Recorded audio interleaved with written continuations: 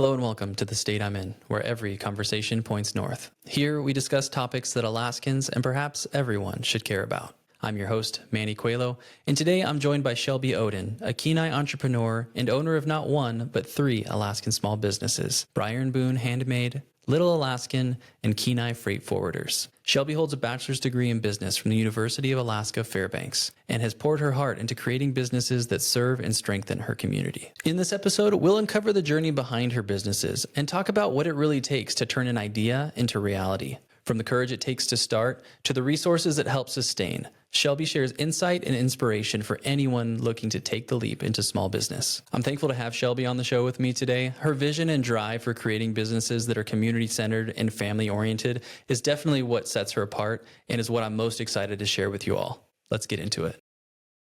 You made it. Yes. Well, I appreciate you being here, and I think this is going to be fantastic. I want to talk about your background. So you were a military brat. Yes. So where do you start with that?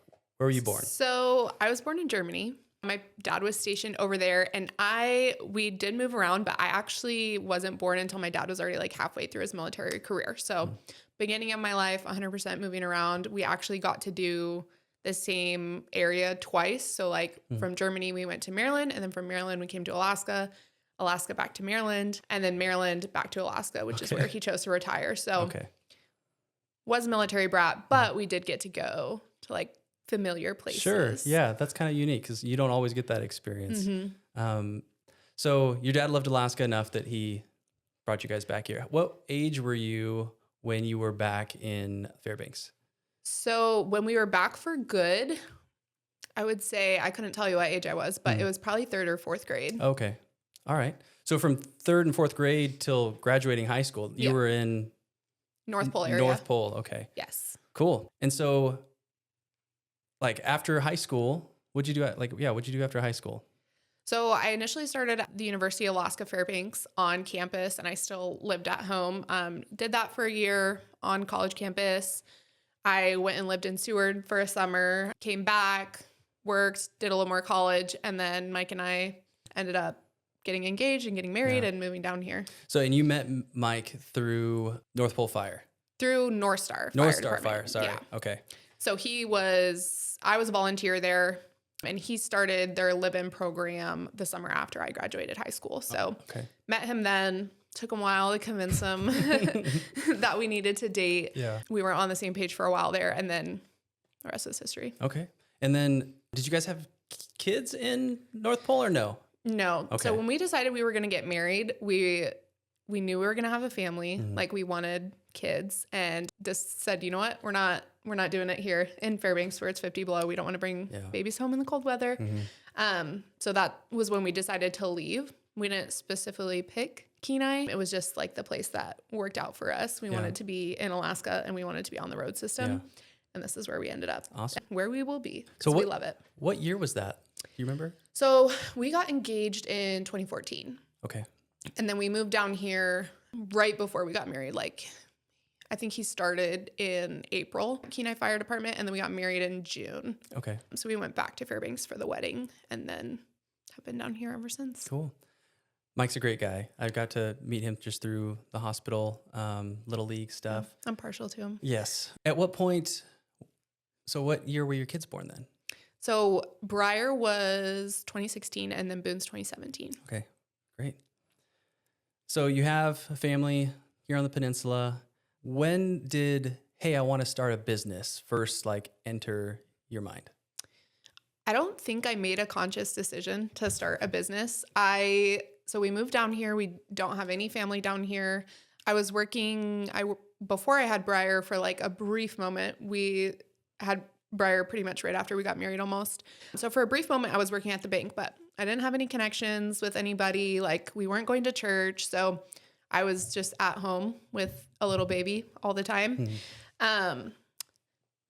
So I needed to like be doing something. So started kind of crafting, making things for Briar. And then when I had Boone, I was like just stuck at home with two little babies and no connections with the outside world. I remember I would like go grocery shopping every single day to get out of the house. My husband's like, why are you going grocery Human shopping every single interaction.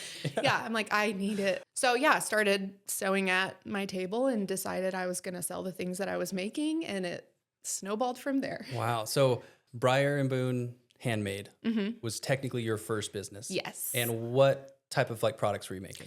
So our first product, we were just making bibs. That was all I made. And then I started making, like, when my sister-in-law got pregnant, I made like a bedding set and a beautiful quilt and all of those things.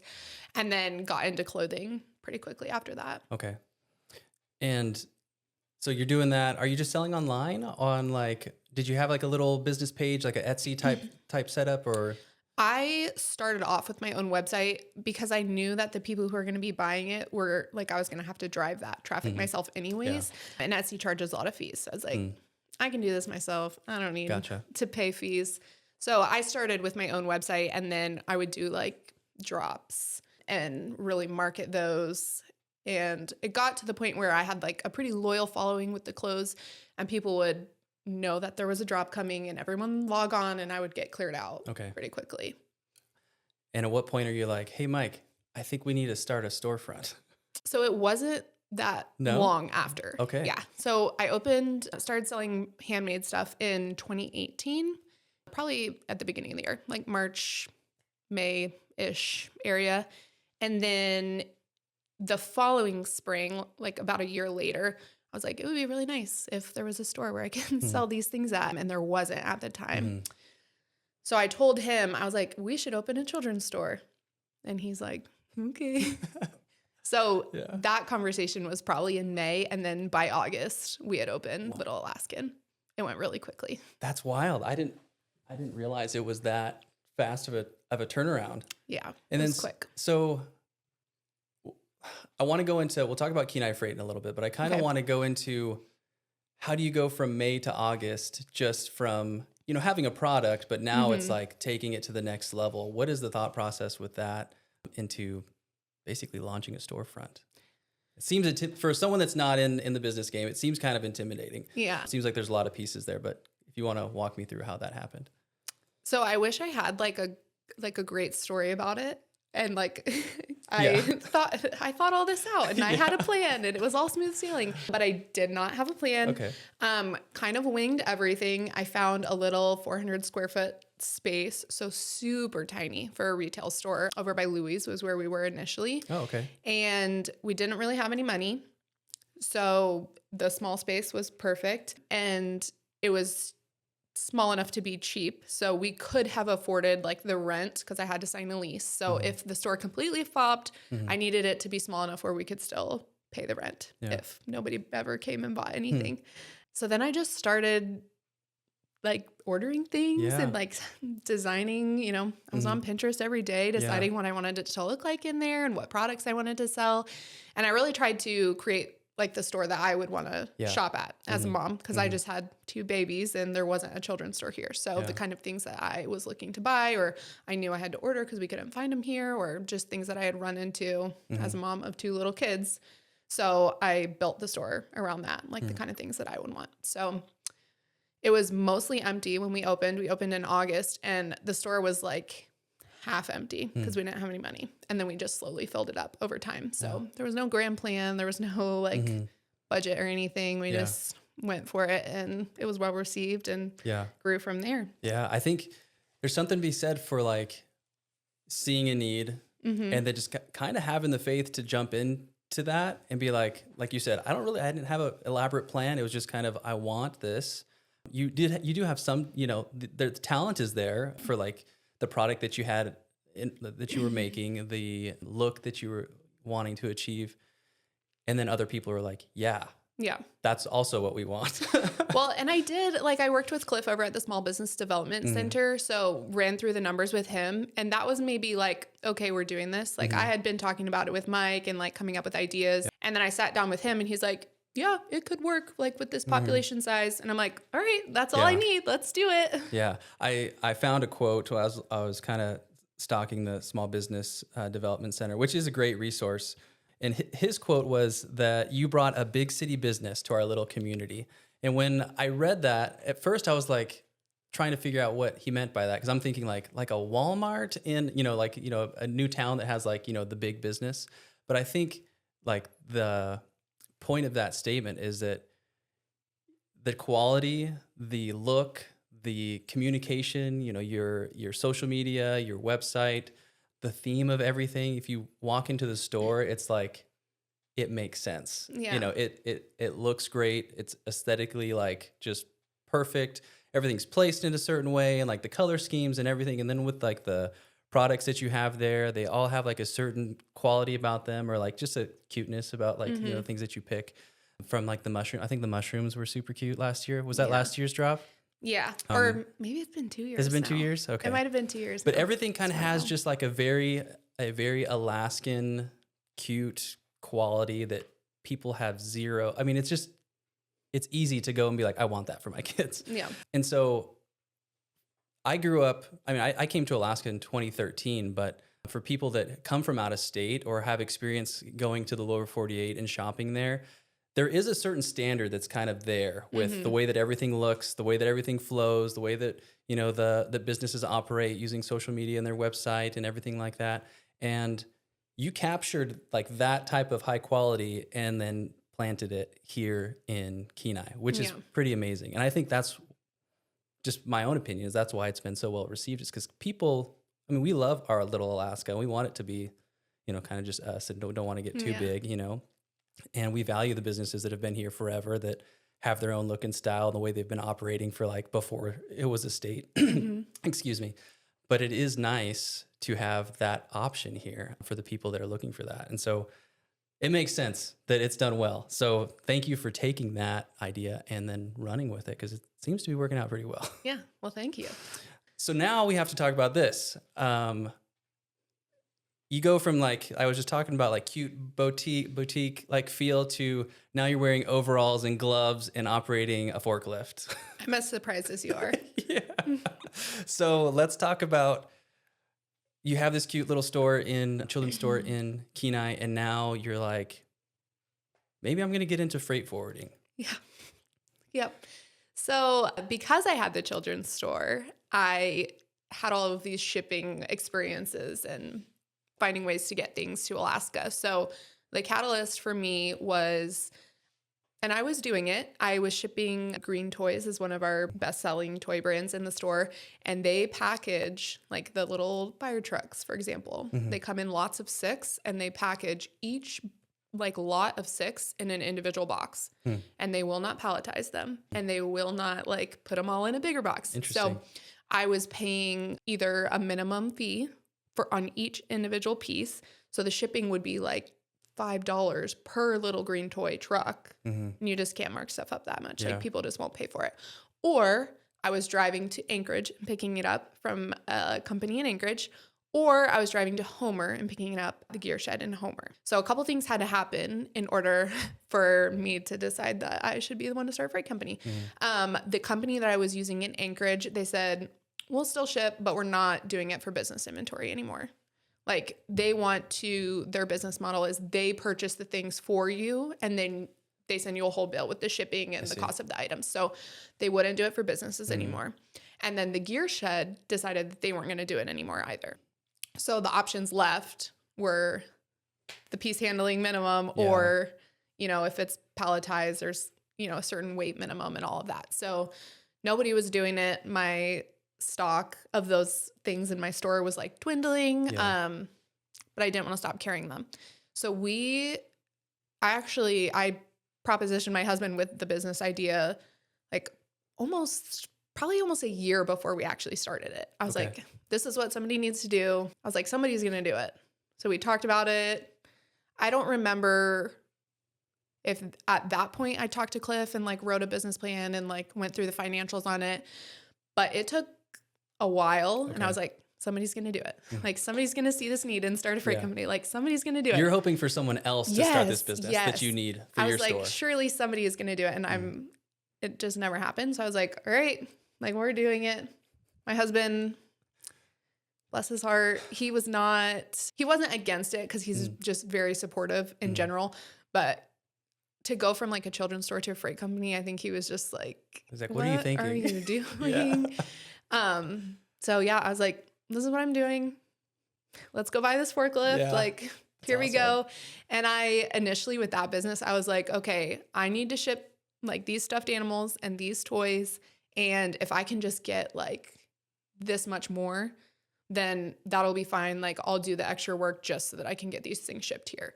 I did not expect it to blow up like it did. I thought I would just maybe get a couple customers and it would make it cheaper for me to ship the toys that I needed. So it spiraled out of control. I think everybody else was also waiting for someone to start this, which is kind of funny to think about.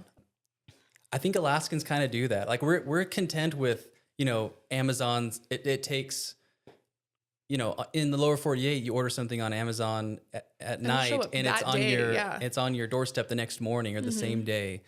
You know, you go to the lower 48 and you experience like these conveniences and all this stuff. Then you come home to Alaska, which again has its, you know, we love it that it's not super, you know, overpopulated and with, you know, neighbors, you know, within arm's reach from your window of your house. But there are certain things that we're like, it would be really nice if. It would be cool. But we're not super eager to go and start those things. And so you felt that tension of something that was going to benefit your business with little Alaskan, but you had the guts to go and do it yourself. Yeah. And then everyone else is like, Reluctantly. finally. And again, it was one of those things when I saw Kenai Freight pop up, it was one of those things I was like, Shelby is going to like be a rock star with this too. Because I already knew just from the outsider's perspective, the way that you manage your businesses and stuff like that. So I was like, this is going to be awesome. And it has been, it sounds like. So, yeah, it's been great.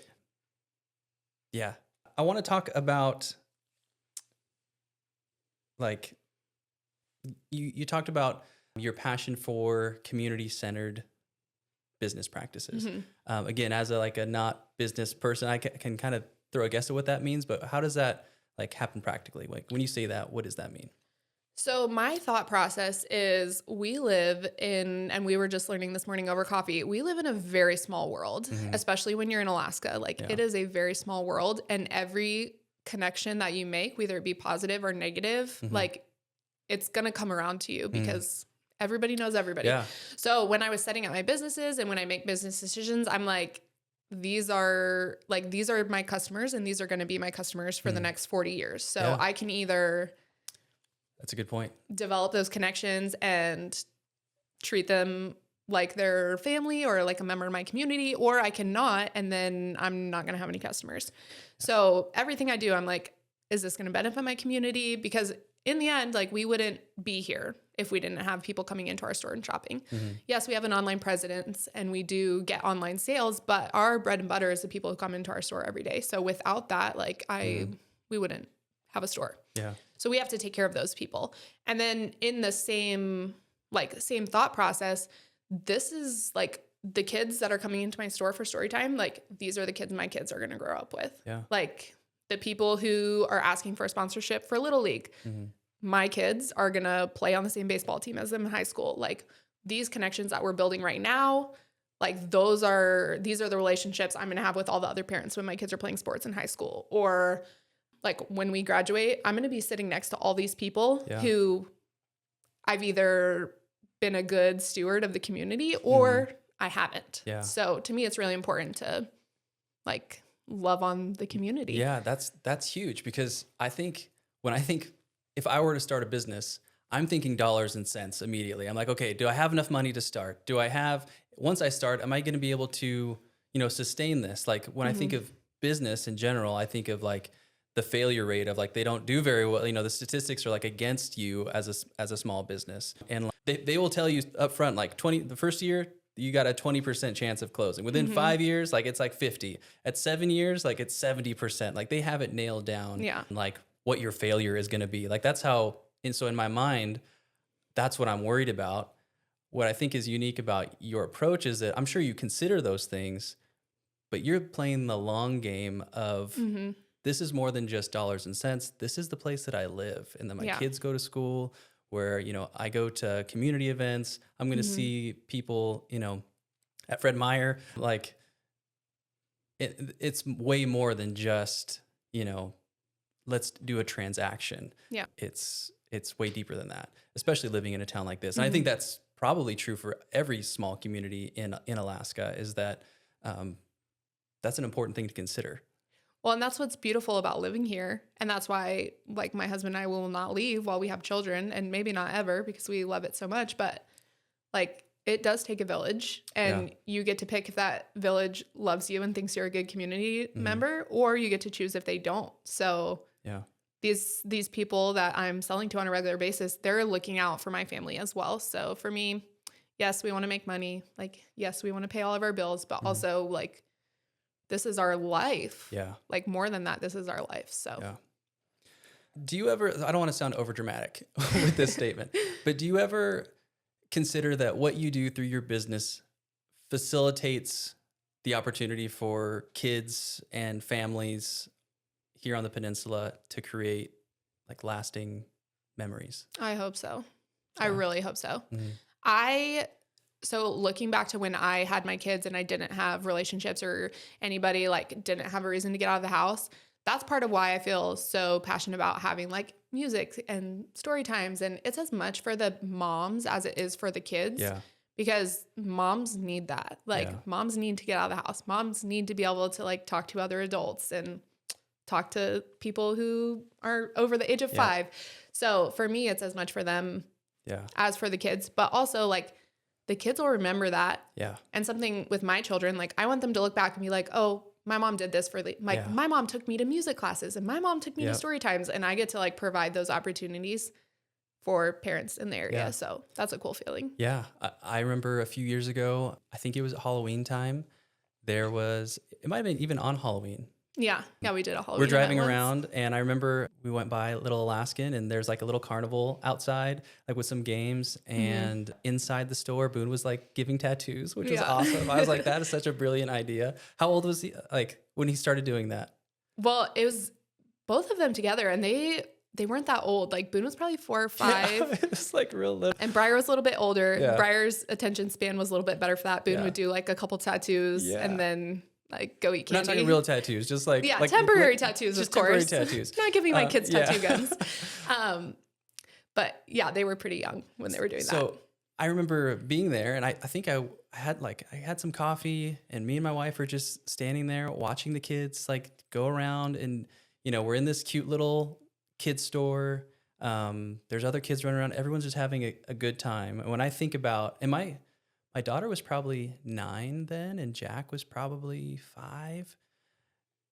And it's one of those memories, like one of those Halloween memories of when my kids were, I remember thinking, my kids are still little right now. And they're still little now. I mean, they're 11 and 7, but there was that sparkle in their eye, that like joy, that like, this is so awesome. And again, the dramatic part of it is that wouldn't have happened if you didn't run with a dream, And I think that happens all the time. I mean, story time every week. I think you do once a month. Once a month. And then, like what you're saying with keeping the moms in mind, you also employ moms, not, and unofficially they're kids, I guess, because their kids are allowed, you're totally open with moms bringing their kids to work, right? Do you want to talk about like where that started? So for me, when I opened the store, I took my kids to work with me every single day. Like for 2 years, it was me and the kids. We were in the store, and that was like how the business ran.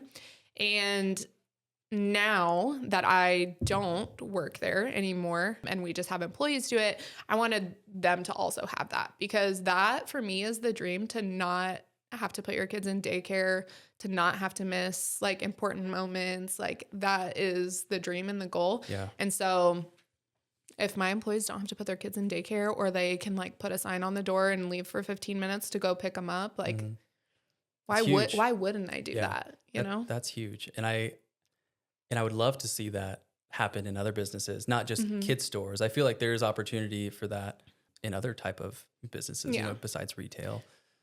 I would love to see it too. I think every now and then we'll get a customer who, like, maybe they left their kids at home and this is like a relaxing time for them to go out shopping. And then they're like, oh, there's somebody's kids here.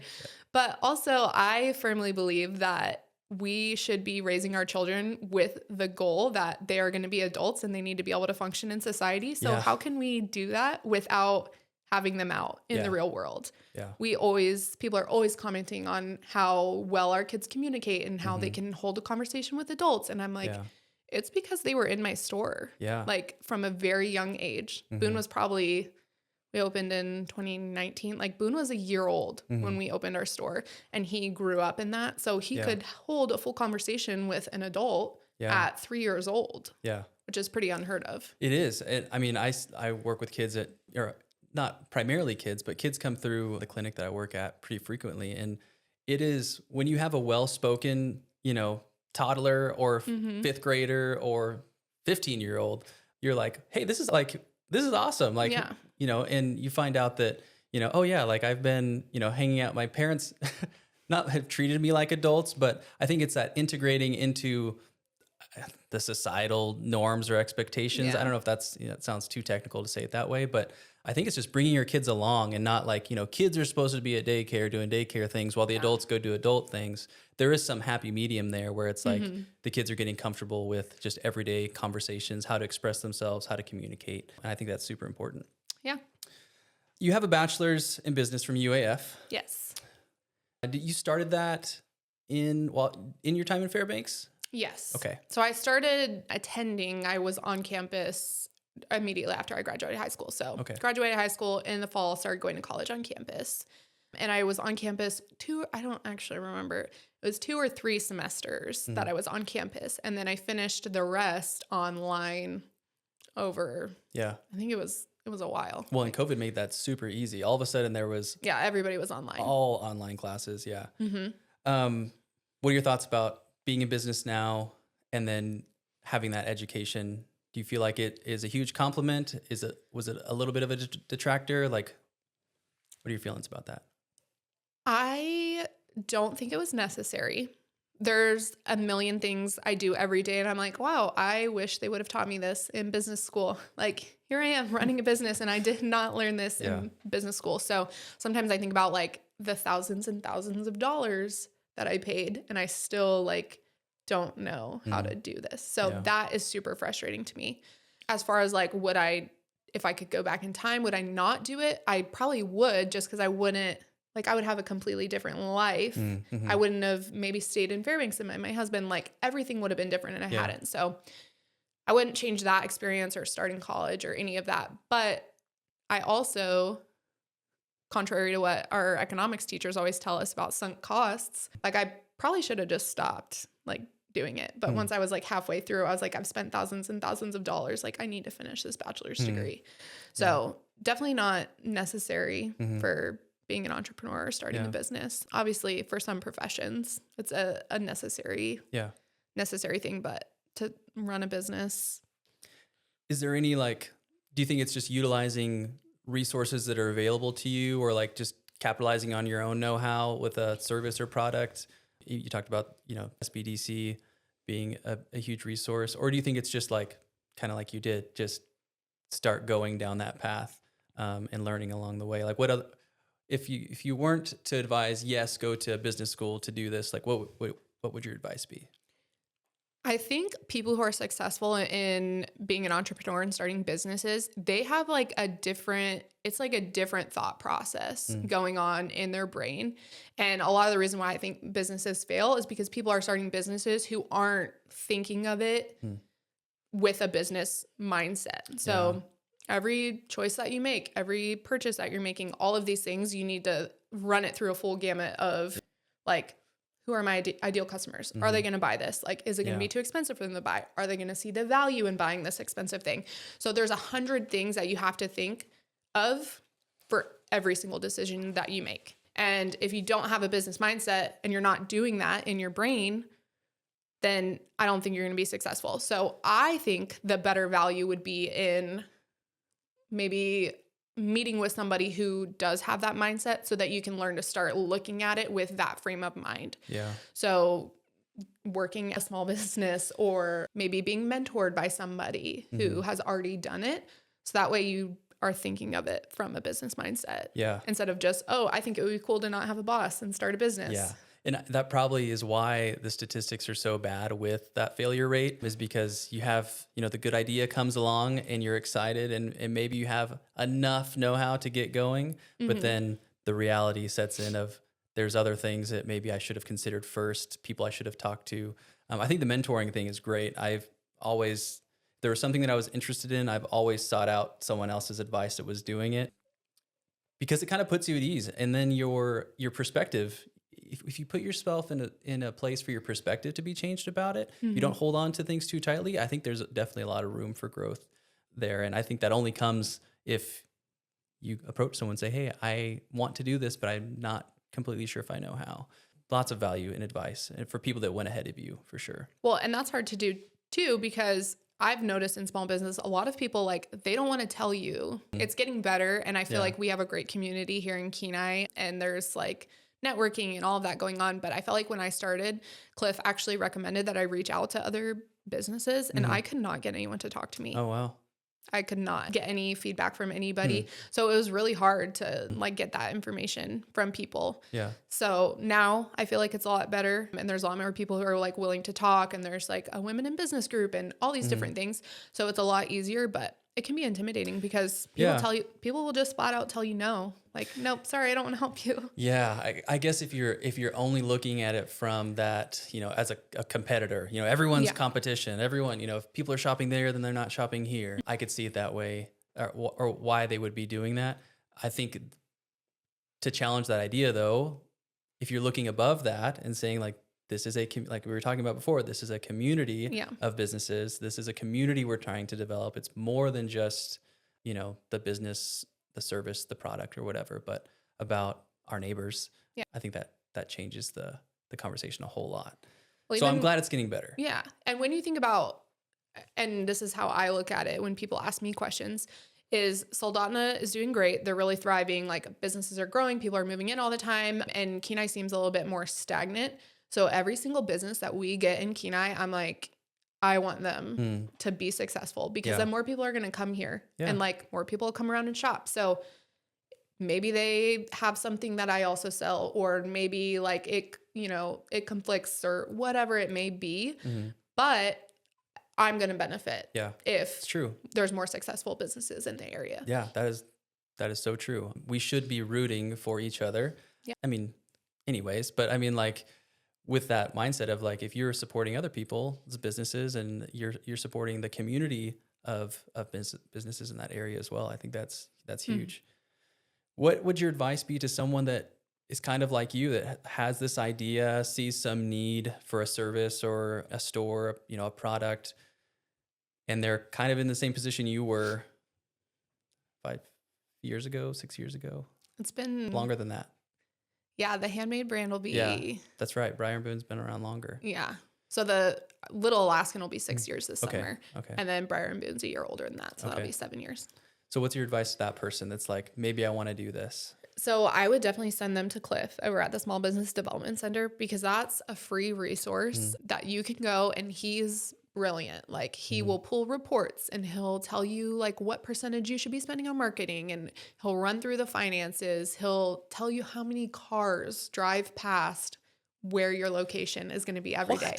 Yes. So is Cliff like staked out like on the highway? He does. All this information is available, but he knows how to find it, and he knows how to find it quickly. So he'll tell you like, probably not a good location. Like only 1,000 cars are driving by a day. Or we were at, our first store was over kind of by Louis, and he's like, okay, it's not as great as being right on the corner, because that intersection is the second busiest intersection on the peninsula, but like, you're still getting this many cars driving by. So he'll tell you all that kind of thing.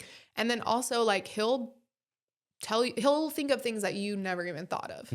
So your insurance, like for a retail store, we were having discussions about how much I should be selling per square foot to make it worth it. Like, I should be making $100 off every square foot. So that kind of thing, that I never learned that in business school. Wow. But Cliff brought it up. Cliff so he's invaluable. And also he might just give you the confidence to do it. Yeah. So for me, if he hadn't said, yep, it could probably work, like the population is big enough, I might not have done it. sometimes you just need somebody outside to say like, this is or possible. maybe also to say not so much. Like Mhm. we had a friend who wanted to open a coffee shop, and he was able to say like, you're not really getting that many people driving by. And it was like a drive-through coffee shop. Okay. So maybe not such a good idea. Yeah. So we can also save you that stress, which Okay. if you're not looking at traffic data, you wouldn't know that not enough people are driving by. Yeah. So, And it's completely free resource. yeah. Yeah, that's wild. Alaska is the last frontier for a lot of reasons. You know, a lot of undeveloped land. You know, people came here with big dreams and aspirations for gold and stuff like that a long time ago. I think that's still, we touched on it a little bit earlier. I think that's still very much the sense when it comes to, you know, businesses starting up and services, you know, popping up that we don't have. I think there's a lot of opportunity, like how you experienced with the freight forwarding company. Is there anything that comes to mind that you're like, the next things you're like, I wish someone would start this, or areas where you feel like there's some opportunity that if someone has the know-how or the skill or the interest, that there might be a potential opportunity for them there?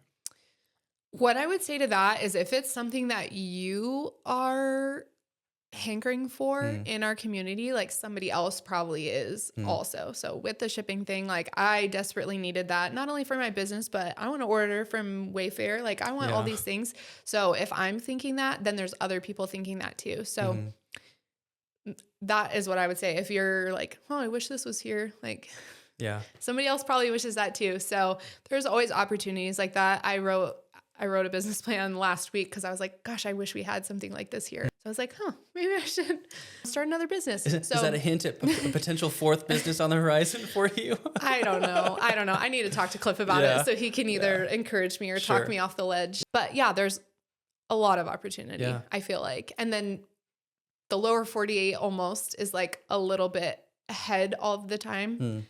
So things that are like you go down to the lower 48 and you're like, oh my gosh, this is so awesome. Yeah. And we don't have it here. So there's that kind of opportunity too. Like I keep waiting for somebody to open like a dirty soda bar.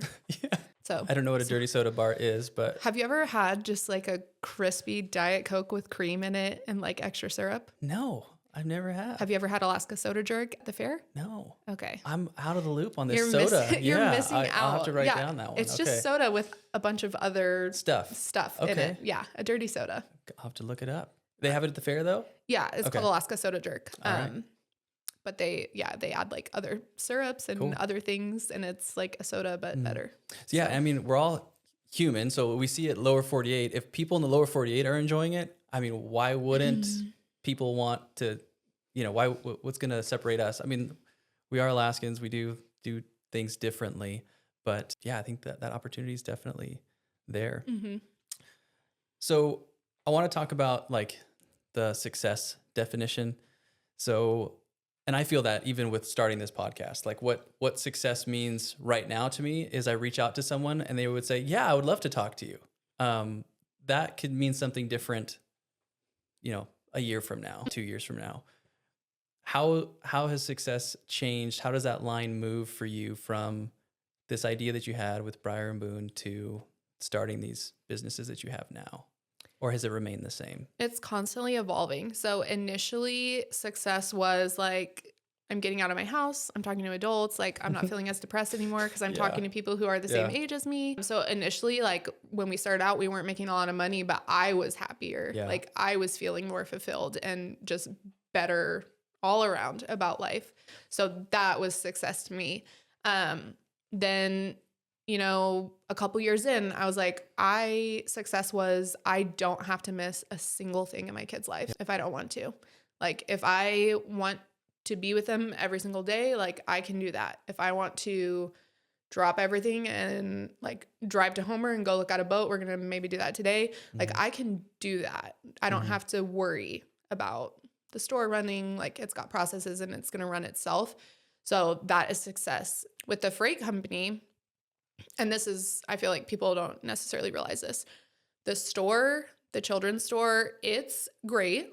We make money. Like I pay all my employees, it pays the bills, but we're not ever going to get like rich off of it. Like I don't work there, so I don't get paid a lot. It's just not the kind of business that it's going to be. So the freight company, I was like, oh, I'm like making money. Like I'm contributing to my family. So that was a new definition of success. And then after we had the freight company for a little bit, I was like, I could do this in Anchorage. Like, so I was like, success will be when I have expanded this to Anchorage. Yeah. And then we opened an Anchorage warehouse and I was like, what did I get myself into? Like, this is a lot. And we were able to sell it to my uncle. So I was like, oh, somebody else thought this was a legitimate enough business where they would want to take over it or buy it or whatever. So that is successful. So it changes all the time. I don't know. I like to be busy. I like to have things going on. So at this point in my life, I think success is just like being able to do what I want on a daily basis, but also all of these things are going on around me and because of me, and I created that. So it changes all the time. Ask me again next week and it'll be different. It'll be something else. That's what I was just saying. I think you seem to have like that personality type as it's the perfect combo of like you're a dreamer and you're a doer. And I think those people are super valuable in our communities because I mean, I think we all have ideas. I think we all have like, hey, it would be nice if this, on a variety of levels. It doesn't even have to be a business. But there's that fear factor that kind of creeps in. And I think for the most part, people are just like, well, I'll just fall in line and I'll find the job that pays the bills, that does, but we all want to spend, I mean, I guess I'm speaking for everyone. I definitely want to spend more time with my kids. And I feel like most people want to spend more time with their kids, structure their life around like having family as a priority. And if it's not that way, it should be. I think that's where a lot of issues that develop in our culture and our society come from the family unit kind of not being as tight anymore, as close, or as, the trust has kind of dwindled because not because we go out and get a job and pay the bills, but because we kind of let the fear get a hold of us. If I don't, do the 9 to 5 Monday through Friday, then things are going to fall apart. I think there's a certain level of risk that is okay to take. Yes, absolutely. And to say that there's risk involved shouldn't be the no, because otherwise we wouldn't have anything. I think all great things come with some level of risk, and I wouldn't let the risk deter people from starting that stuff. Yeah, I agree. You're speaking at the Women in Business. It's a speaker series coming up in June. Yeah.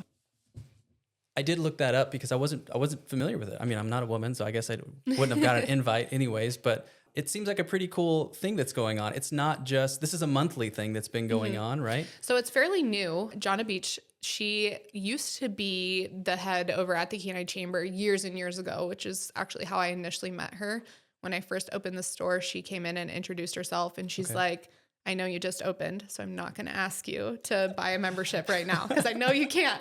But she introduced herself and was just so sweet. And then she has actually branched out on her own and does all different things for businesses now, accounting, like consulting, all these different things. So she started this group, and the first one was actually last month. And people have tried to do it before, like to create these women in business networking groups. But she's like the person to do it. Okay. Like she's organized, like she has it together. So she started it and has been selling out her events. So she caps it so it's not too big or crazy. But the first gal that she had was Mel, who owns Mel's Bakery, of course, and then has a history with other businesses in the area. So even as somebody who, like, I feel like I've made it, it's still so good to go hear from other people who are actively doing it because they have a different perspective and they've had different challenges that you may not have faced yet. So it's really great. I looked up, I think Tabitha Blades is going to be there in April. Yeah. She's the assistant principal in Soldado. You know at what the school? High school? Is it the high school? Yeah. Okay. And that's like on AI, which I feel like is a hot topic right now. So are topics like usually, or I guess what I'm trying to say is, does every woman that speaks there have like their own like topic they're presenting on, or is it just like talking about like kind of what we're doing now, like with your history in business, or how does that change? Yeah. So it'll be interesting to see how it shakes out. This is super new. So the first one, like Mel just kind of talked about like her business journey in general and definition of success. And then the next one we'll be learning about AI. And then The third one is going to be a gal who's going to talk about like balancing your health and well-being with also doing this. So everybody kind of has a different topic. Yeah. It'll be interesting to see. I feel like an imposter. I'm not sure how I managed to get on that list. Yeah. So I'll have to ask her what she actually wants me to talk about. Okay. But yeah, It's everybody, so cool. It's exciting. Everybody has something that they're good at and something unique that they're bringing to the table. So she's focusing on that. Yeah. And that's what I think, that's what I see in people, is that everyone has a story. Mm-hmm. Everyone has their thing that they love, that they're passionate about, that they can do. And I don't know if it's because I've seen that in a variety of ways here in Alaska, but that's honestly what I'm trying to bring out through this podcast, through having people like you on the show, and then seeing that that's also what's happening in your realm of you're bringing people along. There's other women doing amazing things in business here that are also bringing people along. That community is kind of forming. Yeah. I think that is kind of an unexpected theme of this talk, is that it's more than just how to succeed in business. It's like how to make a great community and the things that are important in that. And I think it's valuing family. I think it's valuing each other, and it's realizing that we're neighbors and we're, most of us are not going anywhere.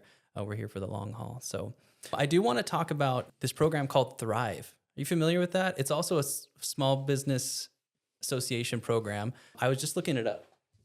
So the state has like this, it's small business association. So it's completely free, but Thrive stands for Train, Hope, Rise, Innovate, Venture, and Elevate. It's an executive level training series designed to accelerate the growth of high potential small businesses across the U.S. And so I wanted to throw that out there. So if anyone, I wanted to have this talk about starting up small business, people that are, in the beginning phases of that. This program is kind of for people that maybe already have a business, someone like you, that is the kind of next level. You explained all the things that you missed out on not missed out on, but didn't get taught through your degree. Yeah.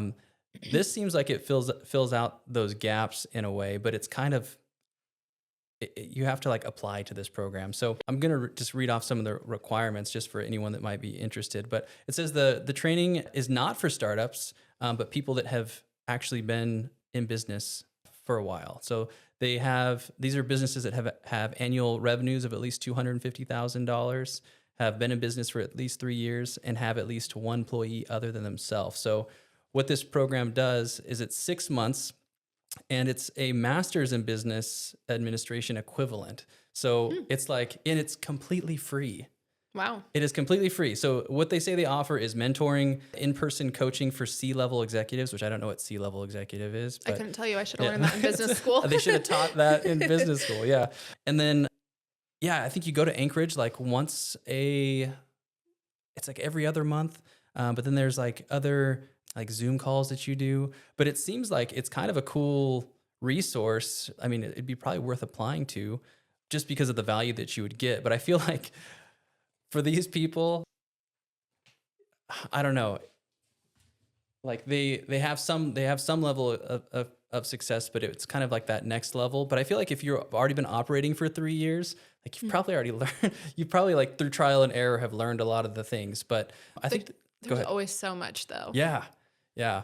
Like all the time. But shout out to, Small Business Association for having all these free resources. And it seems like it's just an application. It does seem like a commitment. Like I think that's what they said, is that like you have to commit those 6 months to like attending the in-person meetings and the Zoom calls and stuff like that. But it sounds like the networks of people really value the network that they get introduced to. Mm-hmm. So yeah, if anyone's interested in that, check out the Thrive program. I should check that out. Yeah, you should. Because you don't have enough going on already. No, I don't. Never enough. Businesses are like potato chips. You can't have just one. How does that go over with Mike? He is so supportive. So I honestly, I don't know. I told him the other day that I was writing a business plan, and I was like, I'm not gonna, I won't tell you about it until it's a sure thing if I decide to actually do it or not, because a person who starts small businesses or like has started one, once you do it once, like you're always thinking You're always thinking that. yeah, we are nonstop talking about businesses that we should start in our house. So Does Mike work full time? yeah. Okay. He just actually switched departments. So now he works full time for CES. Oh, wow. Okay, cool. Yeah. Good for him. Yeah. But he's also pretty involved with what you got going on too, right? To an extent. So he is 50% owner of all of the businesses. I'm 100% in charge. I don't know if you've ever watched any Marcus Lemonis, like any of his shows, but that's something he says when he invests in companies. He's like, I'm only 50% owner, but I'm 100% in charge. 100% So charge. That's awesome. That's kind of how it works in our house. He obviously has a full plate with work, but he does a lot of the heavy lifting. Yeah. Like anytime I need anything, like he will do it. Yeah. So he's very supportive in that manner. I did make him a manual for the freight company. So that way, if something happens to me, he could like go in there and look at the manual and it wouldn't all fall apart. Sure. Yeah. I think that has to be a big part of it. We talked a little bit about having your kids involved, but I mean, to have a supportive spouse is huge. Because if it's divided, I mean, that's just, to have someone that you don't feel like you have their full support, that could be a huge detractor, as far as maybe something that you're thinking of and not feeling like you're on the same page with the person living under the same roof as you. Well, and even not being on the same page, but still getting the support, like the freight company, he's like, I don't think this is a good idea, but also is always 100% supportive of me. Yeah. So he wasn't gung-ho about it, but once I made the decision that this was something that I think would work and that we should do, he was like, all right, let me know what you need. That's awesome. My wife's kind of the same way. I have like these things I'll just kind of voice, and she's like, just let me know when you get to the point to where like it's going to affect my life. Yeah.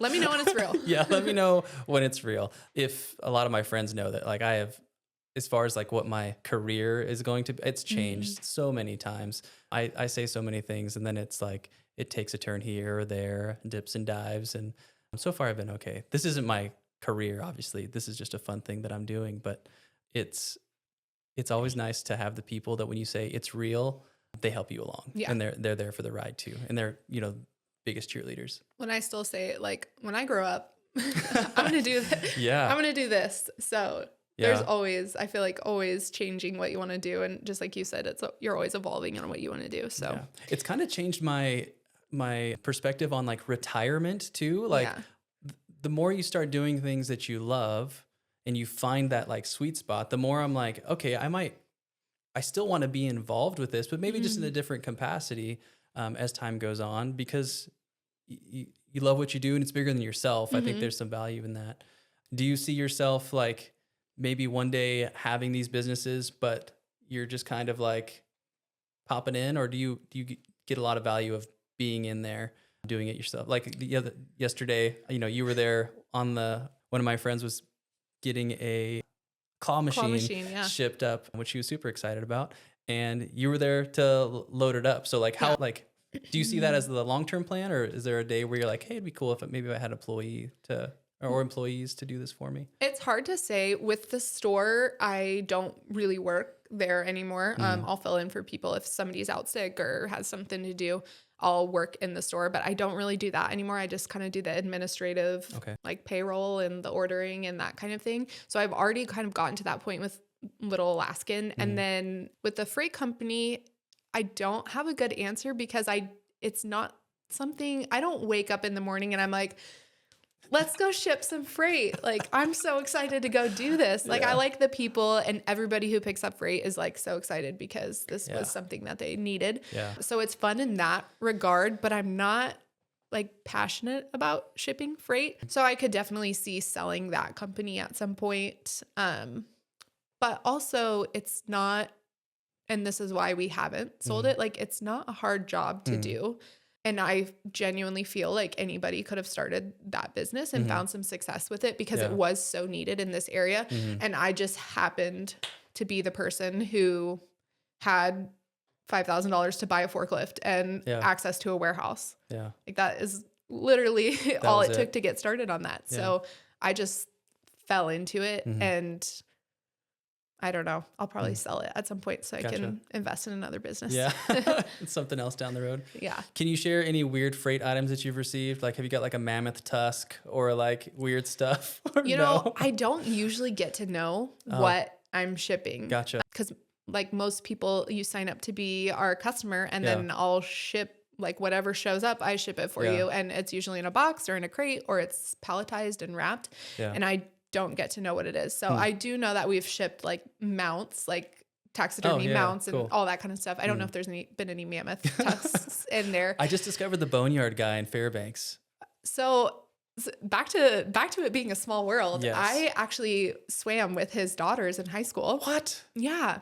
So they have their own like gold thing going on in gold Fairbanks. daughters. Yes, gold daughters. Yeah, and Alora, the younger part of the Gold Daughters duo, she makes jewelry now with the ivory and with the nuggets. So she's got another business going on. But yeah, so we knew them like before he was famous for the boneyard. That's wild. Yeah. John Reeves, if you're listening, I know you said you wouldn't talk to anyone but Joe Rogan about what's going on up there. But now that I have this personal connection with Shelby, come on the show. I would love to have you.